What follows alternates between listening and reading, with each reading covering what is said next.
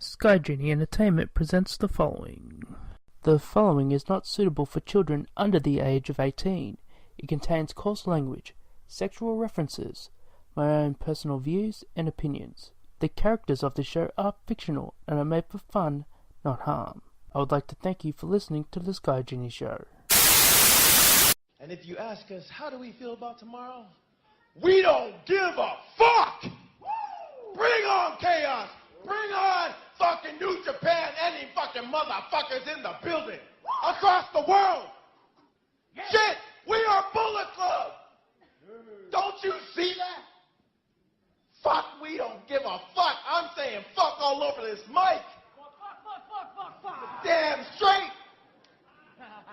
So bring it on! Woo! Shoot! Any of you want to come on in the ring? Bring in your teams. Well, fuck you up too. Hell yeah! Let me get that.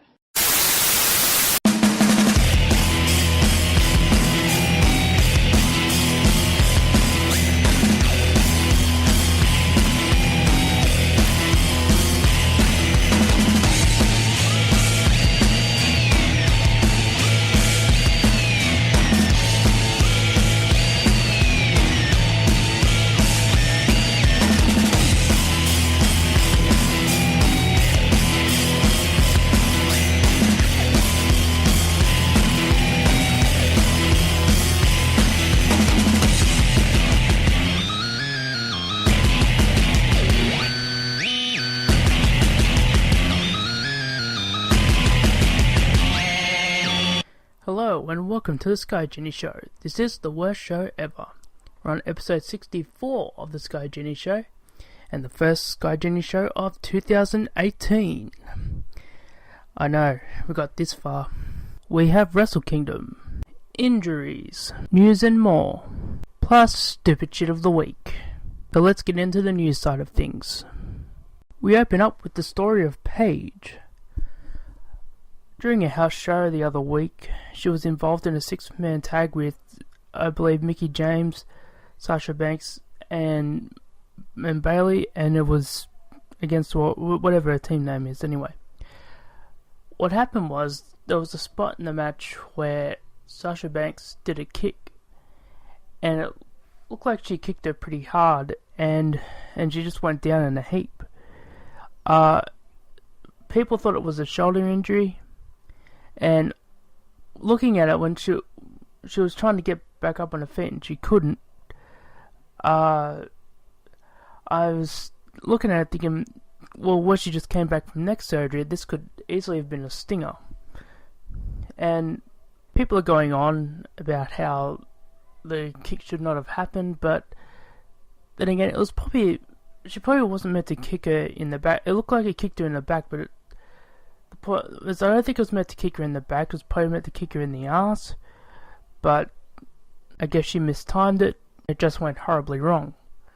But then, who knows how strong the neck was when Paige returned, because with neck injuries, they're really tough to come back from.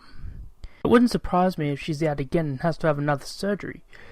Could possibly have to retire. What is a common thing is spinal stenosis. Sheamus has it, Steve Austin retired from it, so did Edge. Sting is suffering it. And you have to wonder about a few things. Well, Paige came back and she was probably the thinnest she's ever been. And the thing is, what I've been told with wrestlers and female wrestlers at that, it's probably best that they put on a little bit of weight to cushion a lot of their falls. Where she's really thin, and I understand because WWE is probably pressuring these girls to be a size 0 at a certain weight to push them, unless you happen to be somebody like a Nia Jax or a Tamina or somebody like that that's special and unique. They want you fit and healthy, but at this is someone where she's coming back from a neck injury. Maybe she should be a little bit heavier too. So when she falls down, she has a bit more of a cushion. Like you'll notice with a lot of women, especially watching them in NXT, where Alexa Bliss was one of an example. She put on a bit of weight when when she was in NXT, but when she first came in, she was thin as a rail. But what they do is they put on weight and they tone it down. And what I was told, female wrestlers are better when they have a little bit more weight on them because it's extra padding. Guys who are naturally heavier anyway usually have that extra weight on them, so it's more of an issue with, but it can happen with men as well, but more an issue with women than it is with men. So much body image, yet it's the injuries that they want to prevent. Sasha Banks is another one that's probably going to have a lot of injuries by the time she retires. Thin girl, in shape girl, but I think she has had weeks off here and there where she's had back injuries. Now I know the norm is for Paige because she's done all these terrible, horrible things like doing porn interviews and pretty much being a spoiled brat, but at the same time, this is someone's life here, and I don't think anybody would really want Paige to end up being crippled or stuck in a wheelchair. Because I think Paige is a real good talent, but the fact she's already had this neck injury, and the fact she's already doesn't really have a really favourable career to say the least. I mean, she's had a few title reigns here and there, but she hasn't really been able to sort of show the star she could be. And hiccups along the way sort of hold her back to where people will get that one image of her. And the one thing I will say, during the time she's been back, she has been trying to repair her image, because she, as I was just saying, she doesn't really have a good image, but she has been trying to repair it. She's been keeping pretty much the down low, even though she's on TV. Pretty much be keeping the down low as far as her outside life. She was doing a YouTube video, but I don't know if she was still doing that about like makeup and that. Well, that's fine. You're not really getting yourself too much trouble doing shit like that, unless you say something you don't really mean. How easy comments travel on the internet when you're public. I hope it was just a stinger and that she'll recover from it. She may probably have to take a back seat in the ring, and it wouldn't surprise me if she was forced to retire. That's one thing I'll say. But it would be a real shame. Anyway, moving on. Dean Ambrose is out injured for 9 months apparently. Reportedly, Ambrose had been suffering this injury for a while and had been working through it. And because Ambrose has been known to being the guy pretty much on all the house shows, doing all the TVs, doing all the appearances, and what people are saying, this is pretty much a build-up over time. Probably couldn't come at a worse time because WrestleMania is just around the corner. WWE tends to embellish the amount of time, so he could be back before Mania, maybe not. But I was looking forward to the eventual split between Ambrose and Rollins, with Ambrose going heel. But obviously plans have to change. That's just where I saw that one going. And after I see Seth Rollins going to SmackDown, because let's face it, they always do the drafts or shake-ups after it, I still say Seth Rollins is going to SmackDown anyway, because let's face it, with Roman Reigns on Raw pretty much running roughshod, everybody else takes a back seat, and Seth Rollins would probably do better on SmackDown than he would on Raw. And I was a big proponent of Seth Rollins going to SmackDown last year, because Seth Rollins is a star, and I do see him as a main event guy. I think he should be in a main event position, and with Roman Reigns on the show, he's in the mid-card position. And he can work either as a top face or a top heel. I think the longer you keep him on Raw, on Raw as a babyface, unless you turn Roman Reigns heel, Seth Rollins is pretty much just another guy on the card. Anyway, moving on. Rusev Day t-shirts are apparently the #1 shirt on WWE.com. It apparently has been sold out and on back order. Now, Rusev Day has taken off. Probably the hottest thing in the company. And you know, one of the sad thing about it is that WWE won't really capitalize on it. Now, they'll probably give him a bit of a push, like the US title, because I've been hearing that he's meant to turn babyface and feud with Aiden English. He's pretty much babyfaced anyway. And why would you split Aiden English and Rusev up is beyond me. If anything, Rusev should probably win the Royal Rumble and challenge AJ Styles for the World Championship. Because when you think about it, Rusev is the most over guy in the company. He's selling the merch. He's clearly getting fans in attendance to care. So why not push him into a main event position? He doesn't have to win the championship. He could win it, but he doesn't have to win the title from AJ. You could build it up babyface versus babyface. You could just have this thing, because the one thing in wrestling that we need, that is lacking, is things that are over. And very rare do you find people that are a babyface that are over and that gets a reaction from the fans. Roman Reigns is meant to be a babyface. He doesn't get a reaction from the fans. But yet you get Braun Strowman, who wasn't a babyface, who was a heel, yet he was getting the babyface reaction. So getting people... Braun Strowman is one of those lucky few that happens to be somebody Vince likes that gets over naturally. Well, here you have another star in Rusev, Rusev has never been an indie guy, like AJ Styles, and fans always wanting, well, let's have WWE homegrown stars. Well, that's Rusev. Rusev is a homegrown star. WWE wants to make their own stars, and they got one here. And it's not like a Daniel Bryan. It's not like a CM Punk, who were big stars before they came to WWE. It's their homegrown star. Yet WWE has this issue of pushing people that are over, because usually they don't want them over for whatever reason. It's funny because they get people like Cesaro, who is somebody of the body type, who can actually go in the ring and actually gets a reaction from the fans, yet Vince McMahon will turn around and say, well, he doesn't connect with the fans. Yet, have you heard the audience? But that is just me. Anyway, Sid Vicious no-showed an indie show a weekend or so ago. The promoter actually got a hold of Sid, recorded the conversation, and Sid blamed Trump's travel ban, despite that the flight was actually in the US. Now, that happens to be quite a shame that happened to Sid.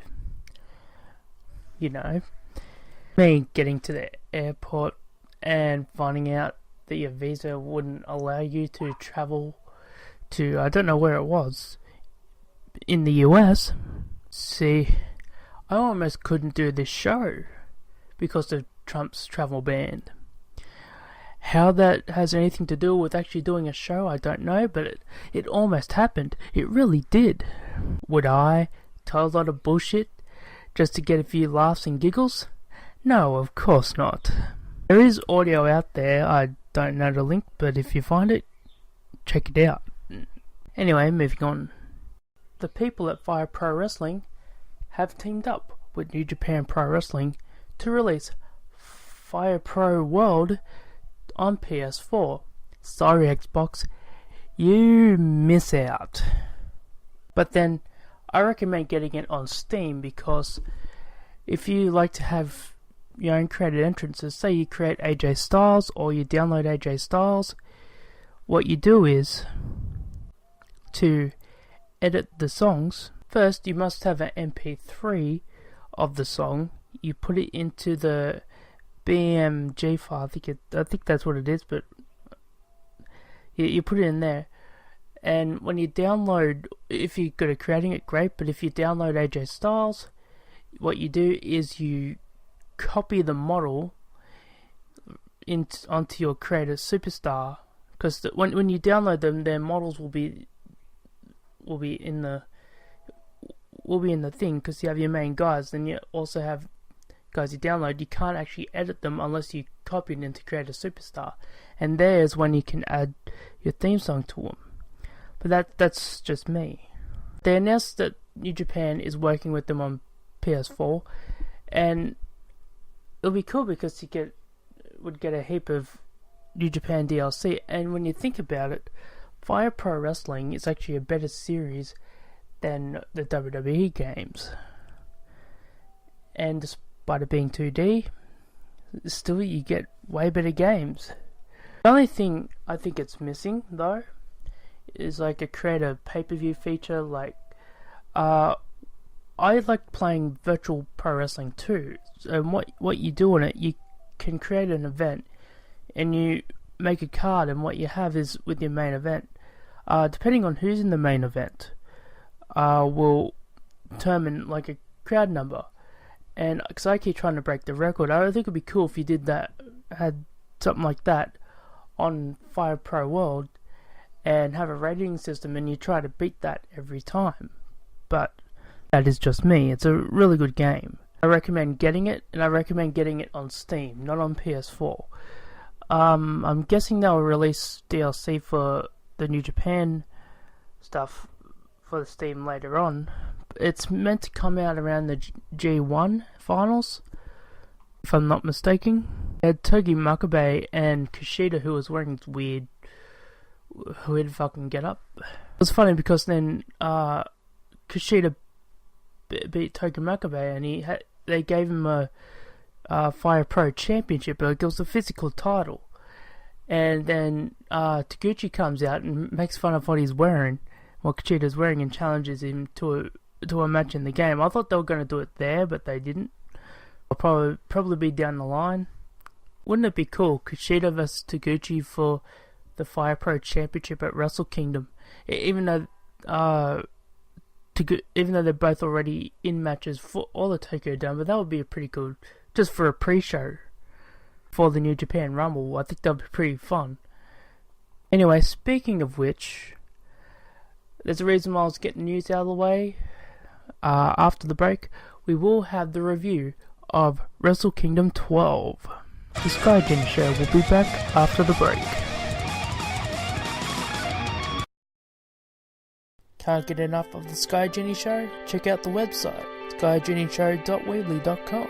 There you'll find links to past shows and much more. Go to skygenieShow.weebly.com today. For discussions and opinions on the events of professional wrestling, check out Wrestling Soup with Joey Numbers, Anthony Missionary Thomas, and John Draper as they break down what's good and what's bad in professional wrestling with a light-hearted approach. Thursdays, 9:30 on Mixlr, Saturday morning-ish, and after every WWE pay-per-view, you get a free post-show review. Check out Wrestling Soup, motherfuckers. For in-depth discussion and show updates, go to the show's Facebook at the Sky Genie Show page. Do you need more fruits and vegetables in your diet? Check out juiceplus.com.au today. Juice Plus is the convenient and inexpensive way to add more nutrition to your diet from fruits and vegetables every day. Juice Plus Fruit Blend is made from 7 different fruits. Juice Plus Vegetable Blend is made from 10 different vegetables, grains, plus an array of natural antioxidants, phytochemicals, and fiber in a convenient capsule form. Each ingredient is especially selected to provide you with a wide range of nutritional benefits. We call it next best thing to fruits and vegetables. Check out juiceplus.com.au today. Check out the Sky Genie Show on YouTube, Mixcloud, Vimeo, and DTube for in-depth discussion of professional wrestling as well as politics and the stupid laws in your state. Check out Wrestling's National Committee with Johnny Florida, Old Man Jenkins, and Papa Dave Sensei, live on Mixlr on Tuesdays during SmackDown, for the after party of Wrestling Soup, and on Sundays. Check them out. You are listening to the Sky Genie Show.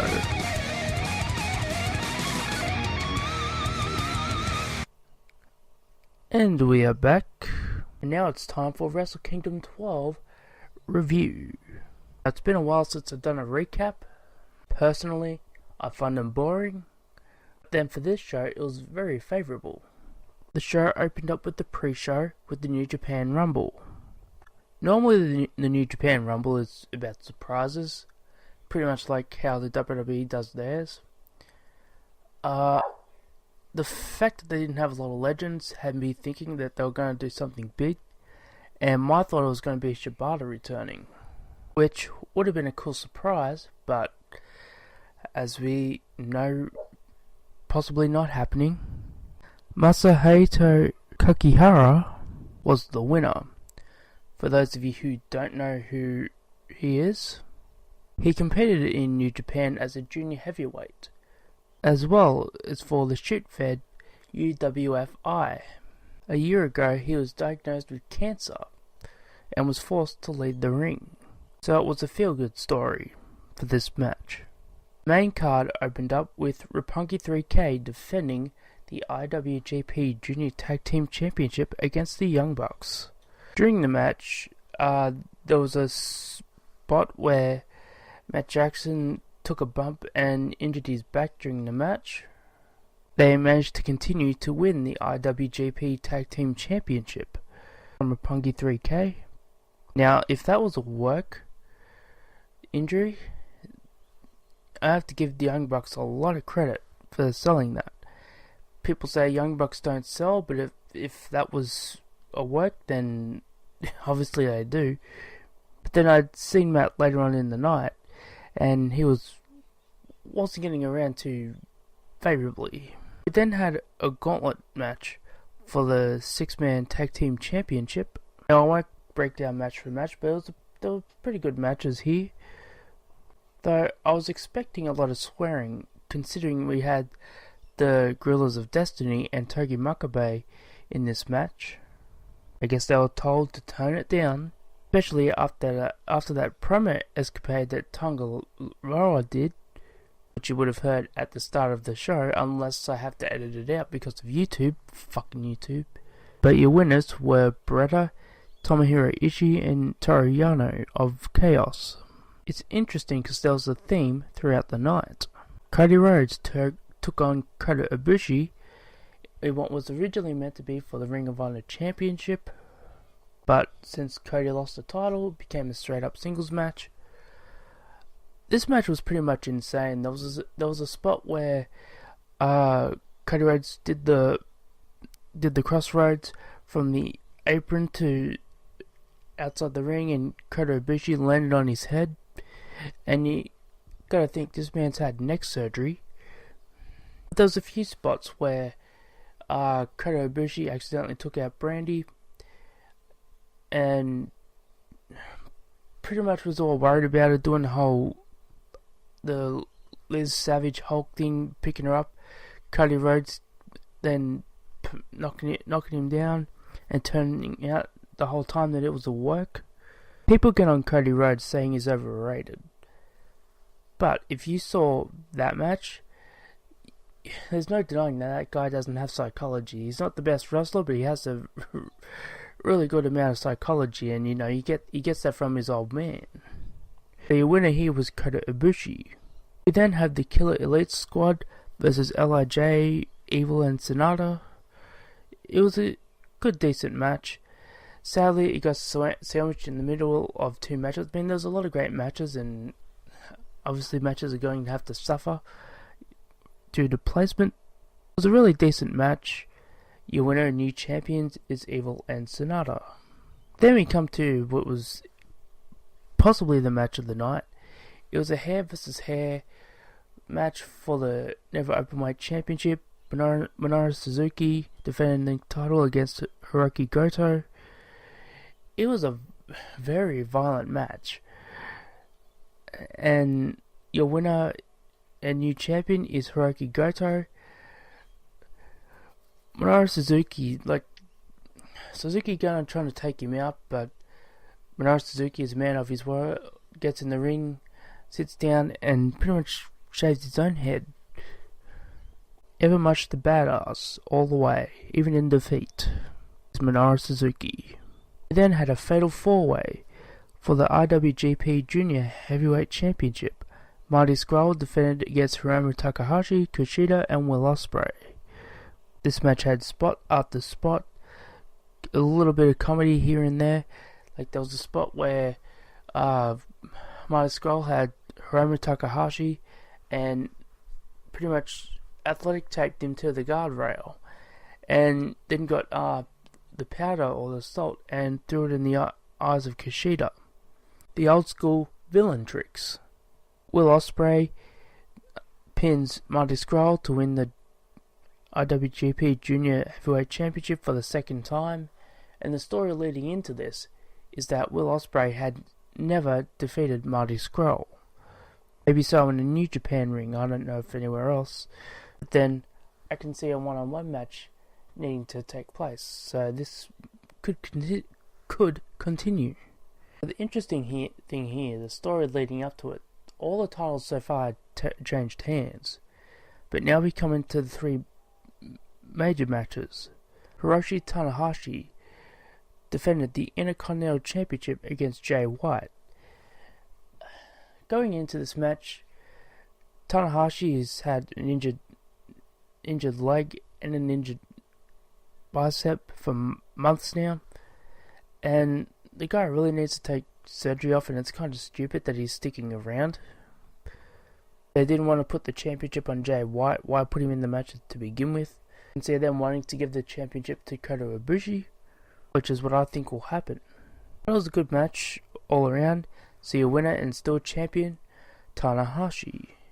And then we came to the Kenny Omega versus Chris Jericho for the IWGP United States Championship in a no DQ match. Now, it was interesting that the referee was trying to do a 20 count in a no DQ match, but anyway. An awesome back and forth match, with it really, really getting close. Your winner and still champion, Kenny Omega. But it will be interesting to see where Chris Jericho goes from here. Is this a one-off? He'll appear at New Year's Dash, but is this a one-off? Or is there more to come? We shall see. And now we come to the main event. It's Okada versus Tetsuya Naito for the IWGP Heavyweight Championship. The story leading to this is that Naito was set to face Okada for the championship a few years ago, but the fans did not want him in the main event, so he was resenting what would happen. He left to go to CMML, I think, to be CMML or AAA, I forget. Came back with a chip on his shoulder, where he would disrespect the Intercontinental Championship. He had the IWGP title at one stage as well. After a really good match, your winner and still champion is Okada. Now, one has to wonder, where does Naito go from here? I'm thinking now the story is that he will now have a new respect for Okada and the IWGP Championship, whereas before he didn't give a fuck. This is very much a story evolution, and it's one that you can do over several years. And that is the review of Wrestle Kingdom 12. As for the New Year's Dash, I'll cover it next week, so I have something to review next week as well. This will not be a normal thing. I'm not going to review things all the time, because, as I said, they're pretty boring, I find. And the only other show to really review would be WWE. Nobody wants to review that shit. Anyway, after the break, stupid shit of the week. The Sky Genie Show will be back after the break. Looking for a good wrestling podcast for Sundays? Because let's face it, who isn't bored on a Sunday, but also wants to have that lazy day? Then check out the Solomonster Sounds off. He breaks down everything that in the week that was professional wrestling. Also check out his Facebook page, where there's numerous discussions on the topics of professional wrestling. Solomonster Sounds Off drops every Sunday on Podbean. For those wanting to follow me on Twitter, it's at SDD916. Check it out. Looking for a podcast instead of wrestling? And check out Get in the Corner with Dogger Baby and Yuck Nasty, 8:30 Wednesday night on Mixlr. Are you a person looking to get into media for work experience? Then sign up to Sky Genie Entertainment. Sky Genie Entertainment is everything the Sky Genie Show, from the channels to the social media page, marketing and advertising. This is strictly for volunteering, but if you're interested, go to skygenieshow.weebly.com, follow the link to the Sky Genie Entertainment page, and click the link to the inbox, where I will deal with you personally. On that page is a list of positions I am looking for. Check it out today. Do you need a good laugh after the crap you see on Monday Night Raw? Then check out the Don Tony and Kevin Castle show as they break down Raw and current events in professional wrestling. The Don Tony Kevin Castle show, immediately after Raw. Hey, have you got a suggestion for stupid shit of the week? Then please send it to Twitter at SDD916. That is at SDD916 on Twitter. You are listening to the Sky Genie Show.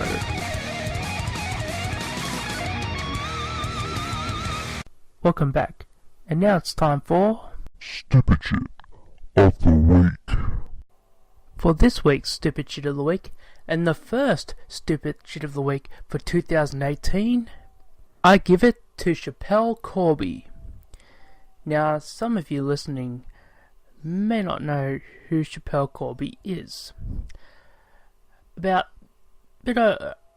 over 10 years ago, she went over to Bali for a holiday, and what happened was, on the way back through customs, she was caught with a boogie board full of drugs, and since Chappelle Corby was caught with them, she was sent to jail. Now, there's a lot of conspiracies going around about it. Since then, maybe the dad planted the drugs there because, well, he ended up passing away and was convicted of other drug-related charges in the past. I think he had a few more after the fact that she was put in jail. And the fact that the family was reported to have, to be known to be drug addicts anyway. So the questions of whether she did it or not remains unanswered. I am one of those people that think she did it. Well, she has decided to release pop songs, and it has to wonder. So what's funny is some of the news channels have taken this and tried to turn Chappelle Corby into a good person when she's a convicted criminal. Yes, she did her time. The way they praised her up was stupid. But she's decided to release a single album, and I'm guessing it's about her time when she was in the Bali jail and how she was convicted, so I could imagine the songs.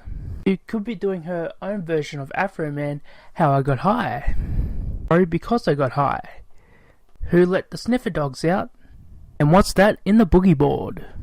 Surfboard, boogie board, whatever. Or bodyboarding. The fact they're giving this bitch money, banking off her of what she did, is really stupid. If anybody signs her, I think are real fuckwits for doing it. I mean, this wouldn't be the first time somebody used their fame of something else to try and launch either an acting career or anything at all. I mean, we have the Kardashians, we have Paris Hilton because of that. People who have gotten over for doing nothing but being absolute cunts. Anyway, that was Stupid Shit of the Week. I'd like to thank you all for listening to the Sky Genie Show. Check out the many platforms on YouTube, DTube, BitChute, Mixcloud, and Vimeo. Our website, skygenieshow.weebly.com. Facebook, it's the Sky Genie Show page. On Twitter, it's at SDD916. Thank you for listening, and I'll catch you next episode. Bye.